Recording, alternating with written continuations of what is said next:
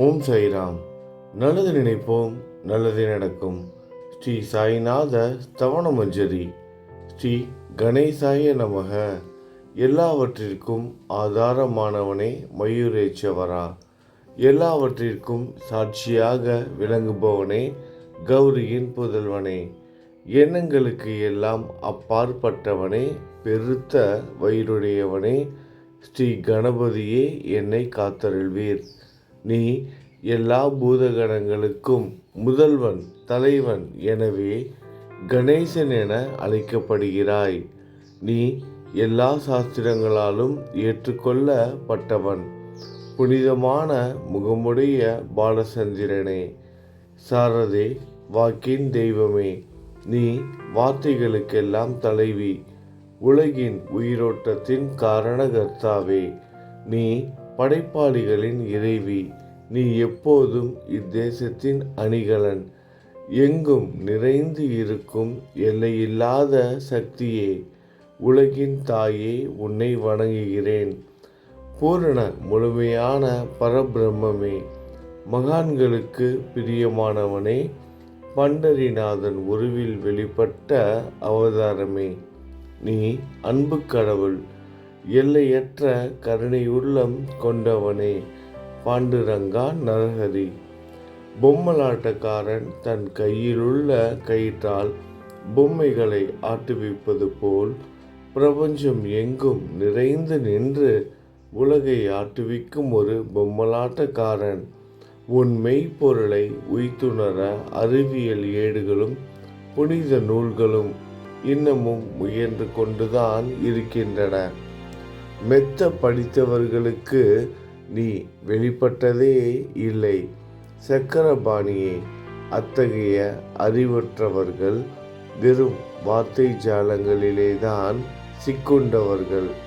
மகான்கள் மட்டுமே உன்னை உணர்வார்கள். மற்றவர்கள் குழப்பமடைந்து உள்ளார்கள். உனக்கு பக்தியோடு கூடிய சாஷ்டாங்க நமஸ்காரத்தை செய்கிறேன். 5 முகங்கள் கொண்ட சங்கரனே, மனித மண்டை ஓடுகளாலான மாலை அணிந்தவனே, நீலகண்டனே, திகம்பர ஓங்கார வடிவானவனே, பசுபதியே, எல்லா நேரங்களிலும் எவருடைய உதடுகள் உன் பெயரை உச்சரிக்கிறதோ அவர்களது உலகியல் துன்பங்கள் உடனடியாக நீங்கிவிடும். ஜடாமுடியை தரித்த சிவனே, உன் நாமத்தின் சக்தி அத்தகையது. உன் பாதங்களை வணங்கி நான் சாயு புகழை கூறும் இந்த துதியை எழுதுகிறேன். இந்த அருட்பணி முழுமையடைய எனக்கு அருள்வாயாக. நீலகண்டா, ஆழகால விஷமுண்ட சிவனே, இப்போது அத்ரி மகரிஷியின் புதல்வரான தத்தாத்திரேயரையும் குலதெய்வமான இந்திரனையும் துக்காராமையும் எல்லா ஞானிகளையும் பக்தர்களையும் பணிகிறேன். சாயிநாதா, உனக்கு வெற்றி கிட்டட்டும். பாவிகளை கடை தேற்றும் கருணை உள்ளவரை, உங்கள் பாதங்களில் என் தலையை வைத்து இருத்தி வேண்டுகிறேன். உன் பாதுகாப்பை எனக்கு அருள்வாய். நீ முழுமையான பரபிரம்மம், ஆனந்தத்தின் இருப்பிடம். நீயே விஷ்ணு. மனிதர்களுள் தலை சிறந்தவர், மன்மதனை எரித்த உமையொரு பாகனும் நீயே. நீ மனித வடிவில் தோன்றிய இறைவன், அறிவு என்னும் ஆகாயத்து சூரியன். நீ கருணை கடல். நீ பிறவி பிணிக்கு ஒரு அருமருந்து.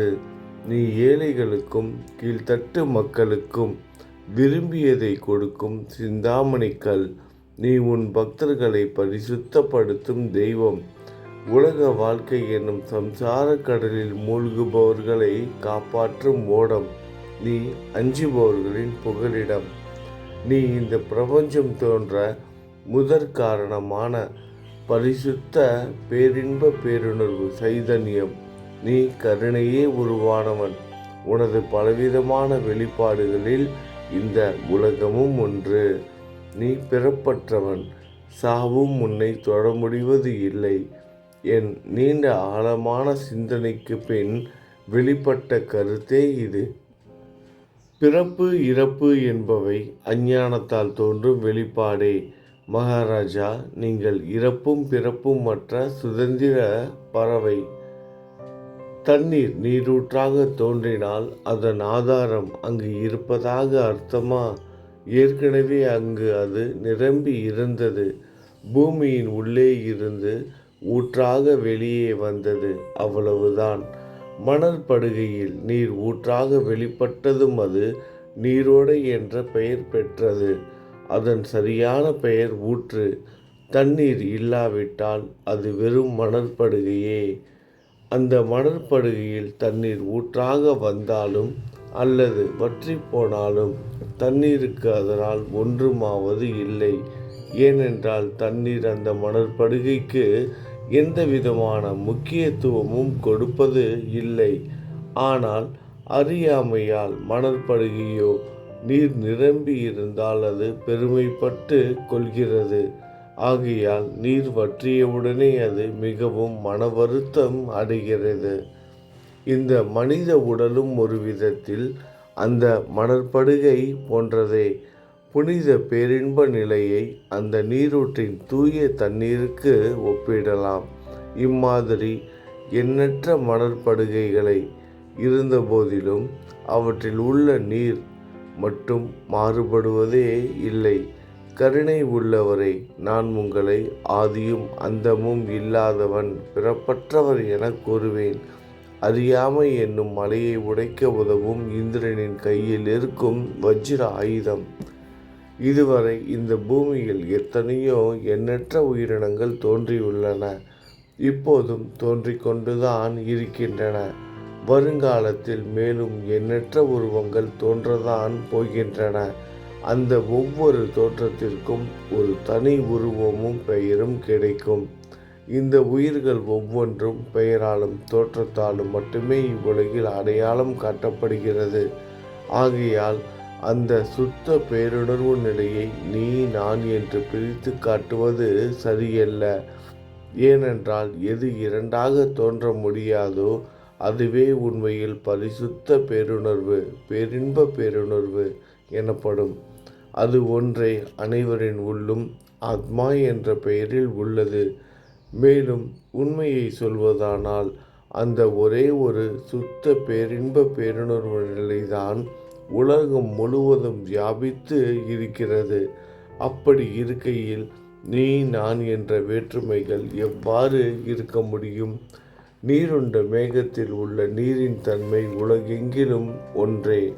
ஆனால் அது பூமியை அடைந்ததும் வெவ்வேறு தோற்றங்களை நதி, ஏரி, ஊற்று ஏற்கின்றன. கோதாவரி மணற்படுகையில் விழும் நீர் கோதாவரி நதி என்றழைக்கப்படும். அதே சமயம் கிணறு ஒன்றில் விழும் நீருக்கு அந்த சிறப்பு தகுதி கிடைப்பது இல்லை. கோதாவரி நதி மிகவும் புனிதமானது. நீங்கள் அதில் உள்ள நீரை போன்றவர். நாங்கள் குளம், குட்டை, சகதியில் உள்ள நீர் போன்றவர்கள். நம் இருவருக்கும் இடையே உள்ள வித்தியாசம் இதுதான். எங்கள் வாழ்வின் குறிக்கோளை அடைவதற்கு நாங்கள் உங்களிடம் வர வேண்டும். கூப்பிய கரங்களுடன் சரணடைய வேண்டும். ஏனென்றால் நீங்கள் ஒருவரே புனிதத்தின் உறைவிடம். புனிதமடைந்த கோதாவரி நதி மணற்பரப்பில் மழைநீர் பாயத் தொடங்கும் பொழுது அந்த நீர் புனித தன்மையை அடையும். அதை வெறும் தண்ணீராக மட்டும் கருதினால் அந்த தண்ணீர் தான் எல்லா இடங்களிலும் இருக்கிறதே. கோதாவரி நதி தீரம் முழுவதும் புனிதமாக கருதப்பட்டது. பூமியின் அந்த மணல் பகுதி அதன் புனித தன்மையை நிர்ணயம் செய்கிறது. நீருண்ட மேகத்தினின்று கீழே விழுந்த நீரின் புனித தன்மையை எந்த பூமியின் பகுதி மாற்றவில்லையோ அந்த பகுதியை சாஸ்திரம் அறிந்தவர்கள் கோதாவரி என்று கூறுகிறார்கள். மற்ற பகுதிகளில் விழுந்த நீர் அந்த பகுதியில் உள்ள மண்ணின் குணத்தை ஏற்றுக்கொண்டது, புனித தன்மையை இழந்தது. மேகத்தில் இருந்த பொழுது பரிசுத்தமாக இருந்த நீர் அசுத்தமாகவும் கசப்பாகவும் உப்பாகவும் மாறிவிட்டது. 6 வித உட்பகைகளை அகற்றி காமம், கோபம், பேராசை, வெறுப்பு, அகங்காரம் மற்றும் பொறாமை புனித உடலெடுத்து வந்த குருதேவா, தங்களை புனித மகான் என்று அழைப்பதே சால பொருந்தும். ஆகவே நீங்களே கோதாவரி, புனித கோதாவரி. நீங்கள் ஆத்மா புடம் போடப்பட்டதாலேதான் நான் உங்களை புனித கோதாவரியாக உருவகம் செய்கிறேன். இயங்கும் அத்தனை படைப்புகளிலும் நீங்கள் சிறப்புற முதன்மை பெறுகிறீர்கள். பிரம்மா உயிர்களை படைக்க ஆரம்பித்ததிலிருந்தே உலகம் தோன்றியது முதல் கோதாவரி நதி இருக்கிறது. நீர் நிறைந்து பாயும் அந்த நதியில் இன்று வரை தண்ணீர் வற்றியதே இல்லை. ராவணனின் எதிரியான ராமர் கோதாவரி நதியின் கரைக்கு வந்தபோது ஓடிக்கொண்டிருந்த தண்ணீர் இன்று வரை அதே இடத்தில் எப்படி இருக்க முடியும் என்று சற்றே யோசித்து பாருங்கள். கோதாவரி நதியின் மணற்படுகை மட்டும் அதேதான். தண்ணீர் கடலை சென்றடைந்து விட்டது.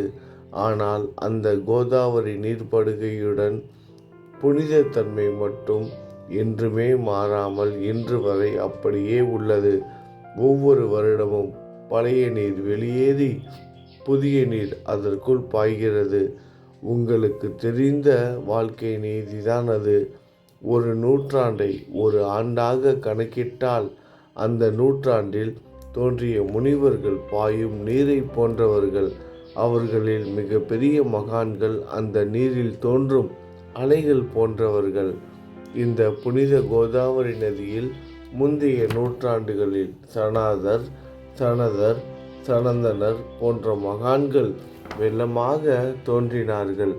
பிறகு நாரதர், தும்புரு, துருவன், பிரகலாதன், மகாபலி சக்கரவர்த்தி, சபரி, அங்கதன், வாயுகுமாரனான அனுமான், விதுரர், கோபியர்களும் வெள்ளமாக தோன்றினர். இவ்வாறு இன்று வரை கடந்த நூற்றாண்டுகள் ஒவ்வொன்றிலும் ஒன்றன் பின் ஒன்றாக மகான்களாகிய வெள்ளம் தோன்றியது. அவற்றையெல்லாம் என்னால் ஞாபகப்படுத்தி கூற முடியவில்லை. சாயிநாதா, இந்த நூற்றாண்டில் 19ஆம் நூற்றாண்டு புனித கோதாவரி நதியில் சந்தேகத்திற்கு இடமில்லாமல் நீங்கள் வெள்ளமாக பாய்ந்தீர்கள். எனவே உமது தெய்வீகமான பாதங்களை வணங்குகிறேன் மகாராஜா. நான் செய்யும் தவறுகளை உங்கள் கவனத்தில் வைத்து கொள்ள வேண்டாம் என மன்றாடி கேட்டுக்கொள்கிறேன். நான் ஒரு எளியவன், அறியாதவன், தீய குணங்கள் கொண்ட மிக பெரிய பாவி. என்னை புறம் தள்ளி விடாதீர்கள், கைவிட்டு விடாதீர்கள். மட்டமான உலோகத்தையும் தங்கமாக மாற்றும் சக்தி கொண்ட ரசவாதக்கல் இரும்பினுடைய இயற்கையான தன்மைகளை பொருட்படுத்துவது இல்லை. கோதாவரி நதி தன்னுள் கலக்கும் சிறு ஓடைகளை திருப்பி அனுப்புவது இல்லை. அநேக தீய குணங்களை என்னுள் கொண்டவன் நான். உங்களது கருணை மிகுந்த பார்வையால் அவற்றை சடுதியில் அழித்து விடுங்கள். இது மட்டும்தான் உங்கள் அடிமையான தாஸ்கருவின் வேண்டுகோள். ரசவாத கல்லின் தொடர்பு ஏற்பட்டும் இரும்பின் இயற்கை தன்மைகள் அழிக்கப்படாவிட்டால் குருதேவா, அது ரசவாத கல்லின் பெருமைக்கு இழுக்கு அல்லவா? என்னை பாவியாகவே இருக்கும்படி விட்டு விடாதீர்கள். தங்களை குறைவாக மதிப்பிட்டு கொள்ளாதீர்கள். நீங்கள் ரசவாதக்கல், நான் இரும்பு. எனக்கு ஏற்படும் இழிவுகள் தங்களுக்கு ஏற்படும் இழிவுகள் அல்லவா? ஒரு குழந்தை தவறுகள் செய்து கொண்டேதான் இருக்கிறது. ஆனால் அதற்காக தாயார் கோபம் அடைவது இல்லை. இதை தாங்கள் நினைவில் வைத்து கொண்டு எனக்கு உங்கள் அருளாசிகளை தாருங்கள். சத்குரு சாயிநாதா, நீங்கள் எனது கற்பக விருட்சம், சம்சார கடலை கடக்க உதவும் கப்பல். சந்தேகத்திற்கு இடமின்றி நீங்கள் ஒருவர் மட்டுமே என்னை கடைத்தேற்ற முடியும். நீங்கள் எனக்கு காமதேனுவாகிய பசு. நீங்கள் சிந்தாமணிக்கல், ஞானவானில் சூரியன் தாங்கள். நீங்கள் நற்பண்புகளின் சுரங்கம், சொர்க்கத்திற்கு ஏறி செல்ல உதவும் ஏனி நீங்கள்.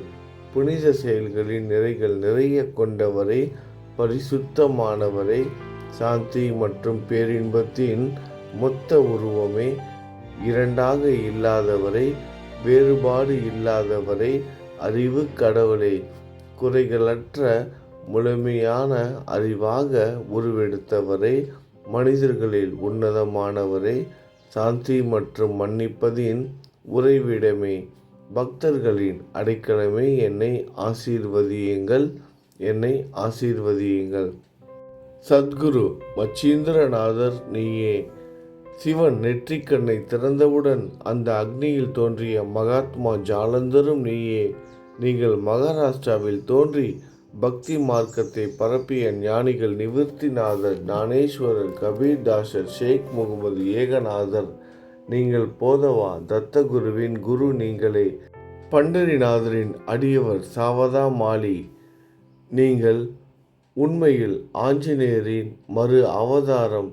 ராமதாசர், நீங்கள் மகாராஷ்டிர ஞானி பாண்டுரங்கன் மீது அபகங்கள் என்னும் கீர்த்தனை நெறிய இயற்றிய துக்காராம். சாயிநாதா, நீங்கள் முஸ்லிம் ஞானி. ராம பக்தர் சகாராம், நீங்கள் தத்தாத்திரேயரின் மறு அவதாரம். மாணிக் பிரபு, உங்களது இன்றைய அவதார தோற்றம் மற்றும் உங்களுடைய எண்ணற்ற தன்மையை புரிந்து கொள்ள உண்மையில் கடினமாக இருக்கிறது. உங்களது ஜாதி குலம் பற்றிய எதையும் நீங்கள் எவருக்கும் வெளிப்படுத்தியது இல்லை. சிலர் உங்களை முஸ்லீம் என்கிறார்கள், சிலர் உங்களை பிராமணர் என்கிறார்கள். கிருஷ்ணரை போன்று எண்ணற்ற தெய்வீக லீலைகளை செய்வது எல்லாம் உங்களுக்கு ஒரு விளையாட்டு. ஸ்ரீ கிருஷ்ண பரமாத்மாவை பார்த்து உய்த்துணர்ந்த பல்வேறு மக்கள் பலவிதமான பெயர்களிட்டு அவரை அழைத்தனர். சிலர் அவரை யதுகுலத்தின் அணிகலன் என்றார்கள், சிலர் அவரை மாடுகள் மேய்க்கும் இடையன் என்றனர். யசோதை அவரை பச்சிளம் குழந்தை என்றாள். கிருஷ்ணனின் மாமனாகிய கம்சன் அவரை மகா காலன், உயிரை குடிக்கும் யமன் என்றான். அர்ஜுனன் அவரை எங்கும் நீக்கமர நிறைந்துள்ளவர் என்றான். அவ்வாறே குருநாதா, ஒவ்வொரு மனிதனின் மனநிலைக்கு ஏற்ப, அவரவர் எண்ணங்களுக்கு ஏற்ப உங்களுக்கு பெயர்களை சூடினார்கள். மசூதி நீங்கள் வாழும் இருப்பிடம். உங்கள் காதுகள் குத்தப்படவில்லை. இந்து மத வழக்கப்படி காதுகள் குத்தப்பட வேண்டும். பாத்தியா ஓதுவதை பார்த்து நீங்கள் முஸ்லிம் என்று கூறுவது பொருத்தமானதே. கருணாமூர்த்தியே, அதேபோல் நீங்கள் அக்னியை வழிபடுவதை பார்த்து நீங்கள் ஒரு இந்து என்று முடிவு செய்யப்பட்டது. இந்த வெளிப்புற வித்தியாசங்களை வீண் விவாதம் செய்யும் எண்ணம் கொண்டவர்களே விரும்புவார்கள். உண்மையான ஞானத்தில் ஆர்வம் கொண்டவர்கள் இந்த வெளிப்புற வேறுபாடுகளுக்கு முக்கியத்துவம் தரமாட்டார்கள். நீங்கள் பிரம்மத்தின் நிலையில் இருக்கிறீர்கள். ஜாதி குலம் போன்றவை உங்களுக்கு முக்கியமில்லை. நீங்கள் எல்லோருக்கும் மேலான உயர்ந்த குருவாகவும் இந்த பிரபஞ்சத்தை படைத்தவராகவும் இருக்கிறீர்கள். முஸ்லிம் இந்துக்களுக்கிடையே பகைமையுணர்வு ஏற்பட்டதால் அவர்களுக்கிடையே இணக்கமான உறவையும் ஒற்றுமையையும் ஏற்படுத்துவதற்காகவே நீங்கள் மசூதியில் அமர்ந்து அக்னி வழிபாட்டை நடத்தி உங்கள் லீலைகளை பக்தர்களுக்கு காட்டினீர்கள். நீங்கள் ஜாதி மதங்களுக்கு அப்பாற்பட்டவர். நீங்கள் பிரம்மமே. உண்மையில் அதுவே பிரம்மமே நீங்கள்தான். நீங்கள் உண்மையில் எண்ணங்களுக்கும் அப்பாற்பட்டவர். உங்களை பற்றிய வாத பிரதிவாதங்கள், ஊகங்கள், ஆதாரம் இல்லாத கருத்துக்கள் நடமாடும் இடத்தில் என் வார்த்தைகளுக்கு முக்கியத்துவம் எப்படி கிடைக்கும்? ஆனால் உங்களை பார்க்கும் பொழுது என்னால் மௌனமாக இருக்க முடியவில்லை. வார்த்தைகளால் போற்றுதலை உலக வழக்கில் உள்ள ஒரே வழக்கம். ஆகையினால் உங்கள் அருளாசியுடன் வார்த்தைகளால் எப்படியெல்லாம் போற்ற முடியுமோ அவ்வண்ணமே உங்களை போற்றி புகழ்கிறேன். கடவுளின் நிலையை விட மகான்களின் நிலை வேறுபட்டும் மிக உயர்ந்ததாகவும் இருக்கும்.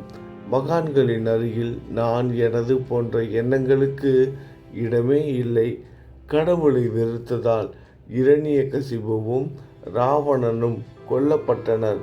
மகான்கள் கைகளால் இத்தகைய துர்சம்பவங்கள் ஏற்பட்டதே இல்லை. அரசன் கோபிசந்தன் முனிவர் ஜாலந்தரை சாணக்குவியலுக்குள் புதைத்தான்.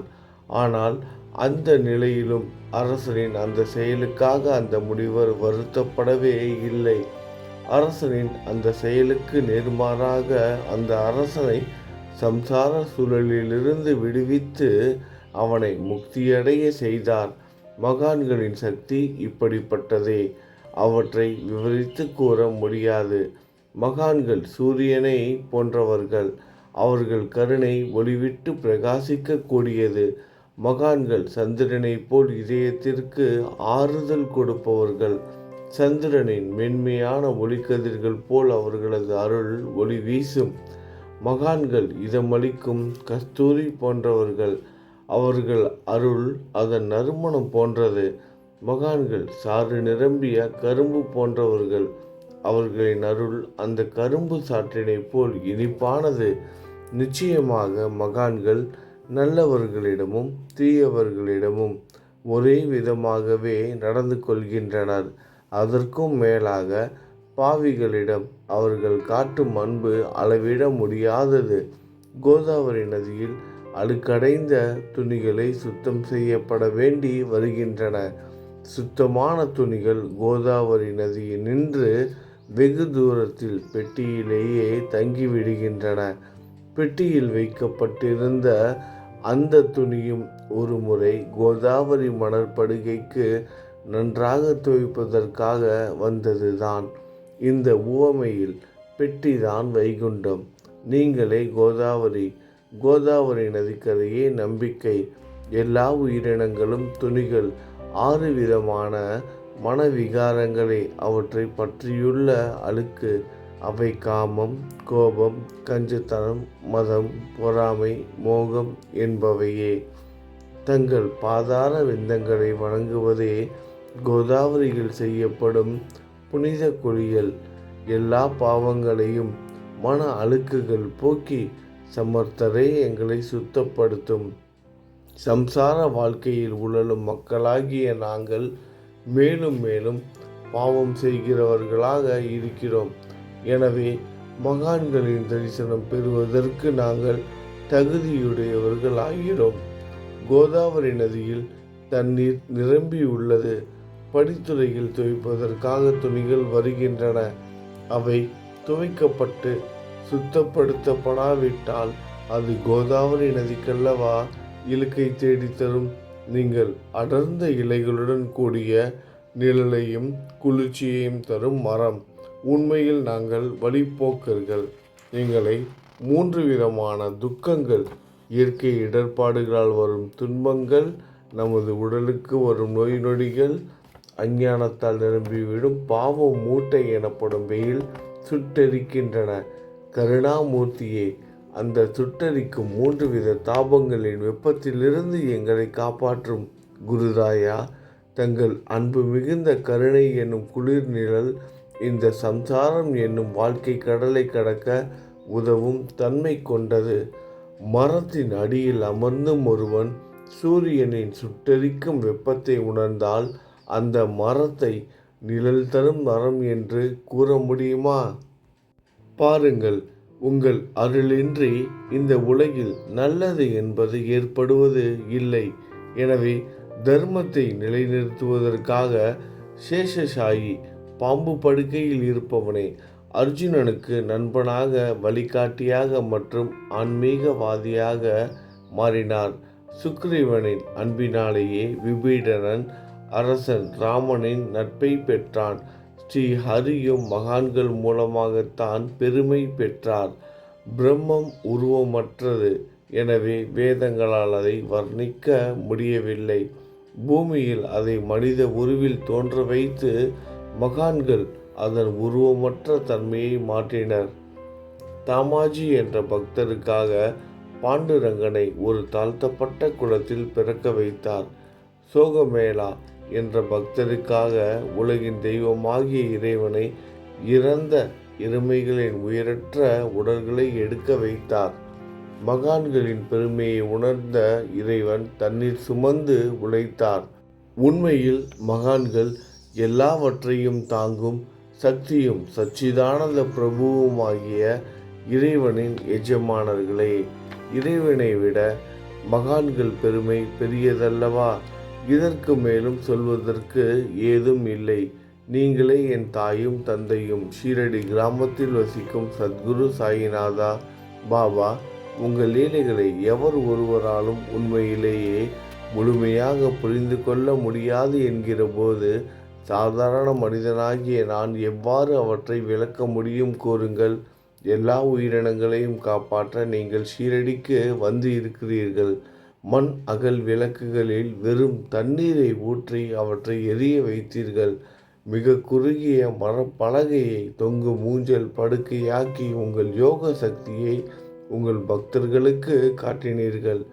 அநேக பெண்களின் மலட்டுத்தன்மையை முழுவதுமாக நீக்கினீர்கள். உதியின் மூலம் அநேக பேரின் வியாதிகளை குணமடைய செய்தீர்கள். இவ்வுலகம் சம்பந்தமான துன்பங்களை நீக்குவது உங்களுக்கு ஒரு பொருட்டே அல்ல. யானை ஒன்று எறும்பை சுமையாக கருதுமா? குருராயா, இப்போது இந்த எளியவன் பால் கருணை காட்டுங்கள். உங்கள் பாதங்களில் சரணடைந்து விட்டேன். என்னை திருப்பி அனுப்பி புறம் தள்ளி விடாதீர்கள். மகாராஜ், நீங்கள் அரசர்களுக்கெல்லாம் அரசன். நீங்கள் குபேரனை விட செல்வம் அடைந்தவர். நிச்சயமாக தன்னிகரற்ற வைத்தியர். உங்களை விட மேலானவர் எவரும் இல்லை. மற்ற கடவுள்களை வணங்குவதற்கு தனித்தனியாக பூஜை பொருட்களும் வழிபாட்டு முறைகளும் உள்ளன. ஆனால் உங்களை வணங்குவதற்கு தகுதியான பொருட்களே இந்த உலகில் இல்லை. சூரியனின் ராஜ்யத்தில் தீபாவளி பண்டிகையை கொண்டாடுவது என்றால் எவ்விதமான பொருட்களை கொண்டு அதை கொண்டாடுவோம்? சமுத்திரத்தின் தாகத்தை தணிக்க பூமியில் போதுமான தண்ணீர் கிடைக்காது. நெருப்பை சூடாக்குவதற்கு எங்கிருந்து அக்னியை கொண்டு வருவது? ஸ்ரீ சமர்த்த குருராயா, பூஜை செய்ய உதவும் பொருட்கள் யாவற்றிலும் இருப்பது உன் ஆத்மாவே. ஆரம்பம் முதலே அவை உன் ஒரு பகுதியே. மேலே கூறப்பட்டவையெல்லாம் தத்துவார்த்த ரீதியில் கூறப்பட்டவையே. எனக்கேற்பட்ட அடிப்படையில் கூறப்பட்டவை அல்ல. அனுபவங்கள் இன்றி கூறப்படும் வார்த்தை ஜாலங்கள் வீணே. சம்பிரதாய சடங்குகளின்படி உங்களுக்கு பூஜை செய்ய வேண்டுமென்றால் அதனை செய்வதற்கு தேவையான பூஜை சாமான்கள் என்னிடத்தில் இல்லை. என் குருநாதா, கருணை உடையவரே, அடிக்கடி என் கற்பனை திறனின் அடிப்படையில் உங்களுக்கு நான் வழிபாடு செய்கிறேன். அந்த வழிபாட்டை இந்த அடிமையிடமிருந்து ஏற்றுக்கொள்ளுங்கள். இப்போது என் அன்பு கண்ணீரால் உங்கள் கால்களை கழுவுகிறேன். உண்மையான பக்தி என்னும் சந்தனத்தை அரைத்து சாந்தாக்கி உமக்கு இடுகிறேன். அழகிய வார்த்தைகளால் எழுதப்பட்ட இந்த துதி என்னும் கப்னியை உமக்கு அணிவிக்கிறேன். இந்த புகழ் மாலையை உங்கள் கழுத்தை சுற்றி அணிவிக்கிறேன். என் கெட்ட குணங்களை தூபமாக்கி உமக்கு முன் எரிய விடுகிறேன். தீய குணங்களின் கூட்டுப்பொருளே ஆனாலும் அது எரியும் போது அதிலிருந்து தீய வாசனை எழுவது இல்லை. சத்குருவுக்கு முன்பு இல்லாமல் வேறு எங்காவது இந்த தூபம் எரிய விடப்பட்டால் அங்கெல்லாம் அந்த தூபத்தின் நிலை கீழே கொடுத்த மாதிரி ஆகும். அதாவது சாம்பிராணியை நெருப்பில் போட்டவுடன் அது பொசுங்கி அதில் உள்ள நல்ல மனம் என்ற நற்குணம் அதை விட்டு மறைந்து போகிறது. சத்குருவே, உமக்கு முன் அதை எரியவிட்டால் இதற்கு மாறாக நிகழ்கிறது. தீய தன்மைகள், அழுக்குகள் அக்னியில் எரிந்து விடுகின்றன. உலகம் பார்த்து சந்தோஷப்படும் வகையில் அதன் நற்குணம் அதிலேயே தங்கிவிடும். மனதில் உள்ள தீய குணங்கள் யாவும் எரிந்த பிறகு மனம் மாசற்றதாகிறது. கங்கையிலுள்ள மாசுக்கள் நீங்கியவுடன் கங்கை புனிதமடைகிறது. மாயை மோகம் என்ற தீபத்தை உமக்கு ஏற்றி காட்டுகிறேன். அதன் மூலம் என் மனம் வைராக்கியத்தை அடைய அருள் செய்வீராக. குருராயா, பரிசுத்தமான நம்பிக்கை என்ற சிம்மாசனத்தை நீங்கள் என்னுள் அமர்வதற்கு ஆசனமாக உமக்கு தருகிறேன். அதை பெற்றுக்கொண்டு எனது பக்தி என்ற நைவேத்தியத்தை ஏற்றுக்கொள்ளுங்கள். பக்தி என்ற நைவேத்தியத்தை ஏற்றுக்கொண்டு அதன் சாரத்தை எனக்கு கொடுப்பீராக. ஏனெனில் நான் உமது பால்குடி மாறாத பச்சிளம் குழந்தை. உங்கள் அருட்பாலில் எனக்கு உரிமை உண்டு. என் மனதையே உமக்கு தட்சணையாக கொடுக்கிறேன். ஆகையால் நான் செய்யும் காரியங்கள் யாவற்றிலும் நான் செய்பவன் என்று என்னால் உரிமை கொண்டாட முடியாது. ஏனென்றால் நினைக்கும் மனதை தான் உமக்கு அர்ப்பணித்து விட்டேனே. இப்பொழுது பணிவுடன் கூடிய பிரார்த்தனையோடு உங்களை சாஷ்டாங்க நமஸ்காரம் செய்கிறேன். தெய்வீக சாயிநாதா, தயவு செய்து நீங்கள் அதை ஏற்றுக்கொள்ளுங்கள். 8 பிரார்த்தனைகள்.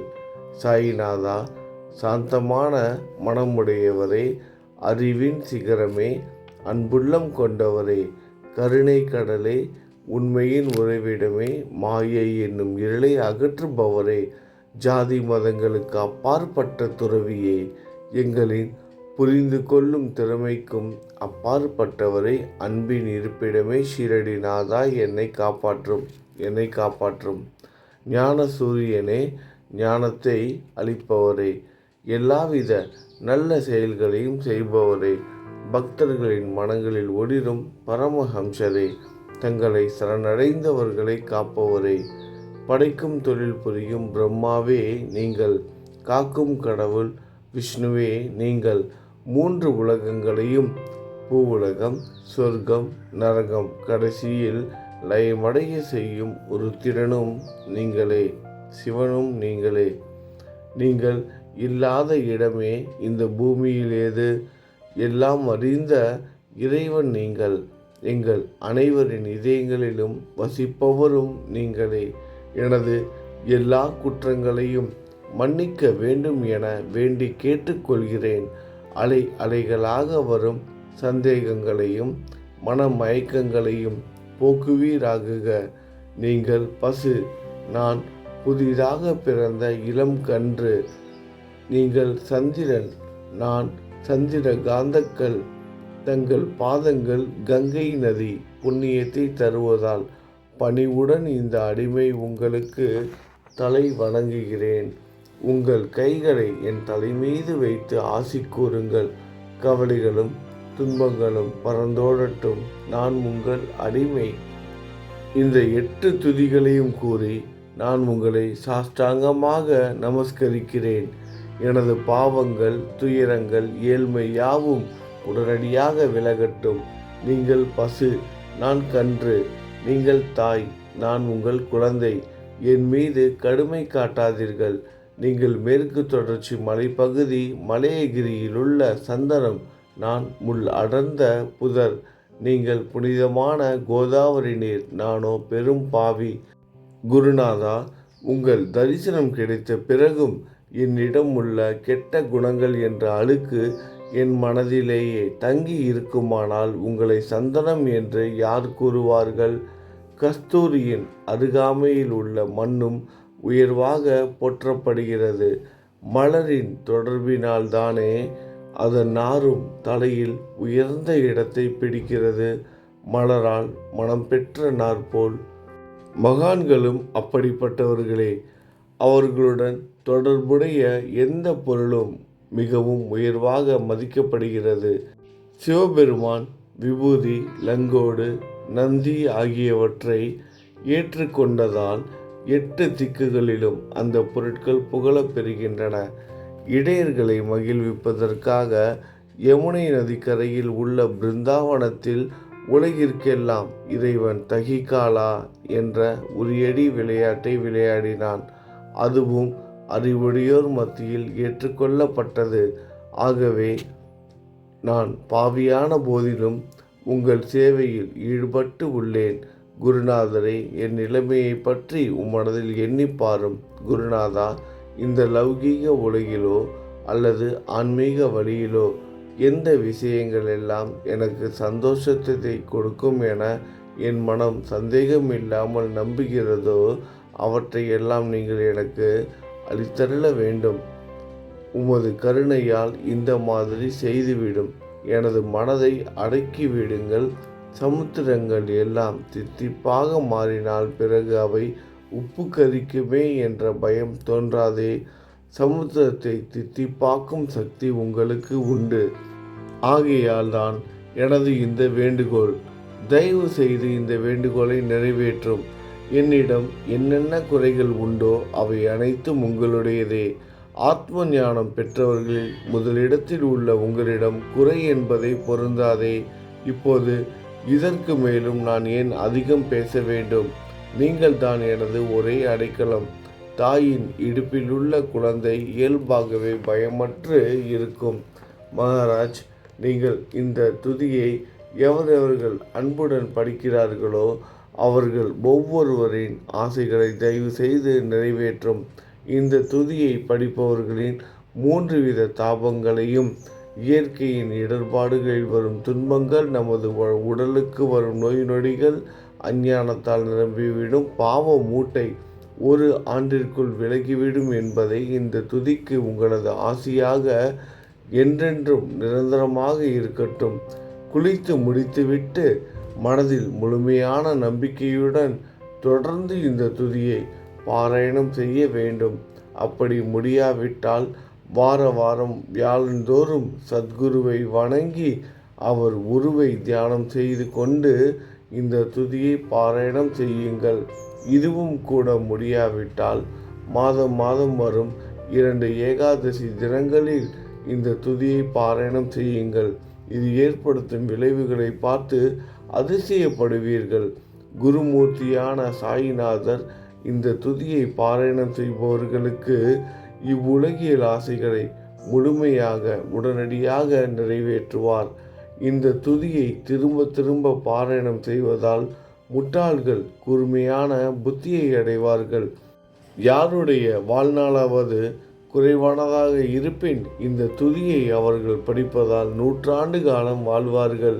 இந்த துதியை தொடர்ந்து பாராயணம் செய்து வந்தால் செல்வம் குறைவாக இருந்தால், ஏழையாக இருந்தால், செல்வத்தின் அதிபதி குபேரன் அவர்கள் வீட்டிற்கு வந்து தங்கி அவர்களுக்கு ஏவல் புரிவான்.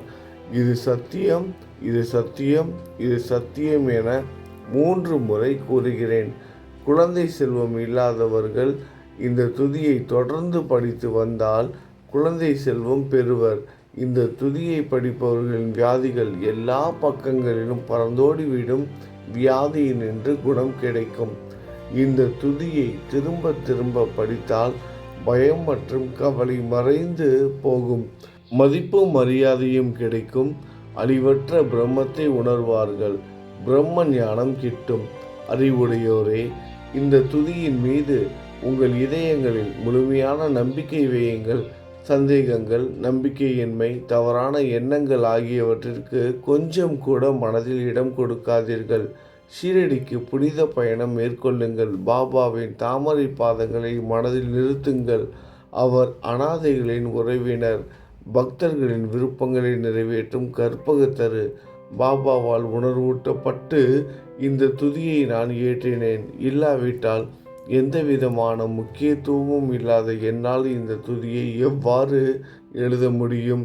சக ஆண்டு 1840, ஆங்கிலம் ஆண்டு 1918, புரட்டாசி மாதம் வளர்பிறையில் விநாயகர் சதுர்த்தி அன்று திங்கட்கிழமை 2வது யாமத்தில் சூரிய உதயத்திற்கு முன் இந்த பாமாலை நிறைவு செய்யப்பட்டது. புனிதம் வாய்ந்த நர்மதா நதிக்கரையில் இந்தூருக்கு அருகிலுள்ள ஊரான மகேஸ்வரர் சேத்திரத்தில் ஸ்ரீ அகல்யா தேவியின் சந்நிதியில் ஸ்ரீ சாய்நாதரை போற்றி பாடும் இந்த ஸ்தவன மஞ்சரி நிறைவடைந்தது. மகேஸ்வரம் என்ற புனித தலத்தில் இந்த துதி நிறைவடைந்தது. ஸ்ரீ சாய்நாதர் என் மனதிற்குள் புகுந்து இந்த துதியின் ஒவ்வொரு வார்த்தைகளையும் என்னை கூற வைத்தார். எனது சீடன் தாமோதரன் இதை நான் கூற எழுதினான். தாஷ்கனுவாகிய நான் எல்லா ஞானிகள் மற்றும் துறவிகளின் வேலையால் எங்கும் மங்களம் பொங்கட்டும். ஸ்ரீ சாய்நாதரை போற்றி பணிவுடன் எழுதப்பட்ட இந்த ஸ்ரீ சாய்நாத ஸ்தவன மஞ்சரி என்ற துதி பாராயணம் செய்பவர்கள் சம்சார கடலை கடக்க உதவட்டும். இது ஸ்ரீ பாண்டுரங்கனுக்கு தாஷ்கனுவின் நம்பிக்கை மற்றும் பணிவோடும் கூடிய பிரார்த்தனை. ஓம் சாய்ராம். நல்லதே நடக்கட்டும். மங்களம், சுபமங்கலம். ஓம் சாய்ராம். நல்லது நினைப்போம், நல்லதே நடக்கும். ஓம் சாய்ராம்.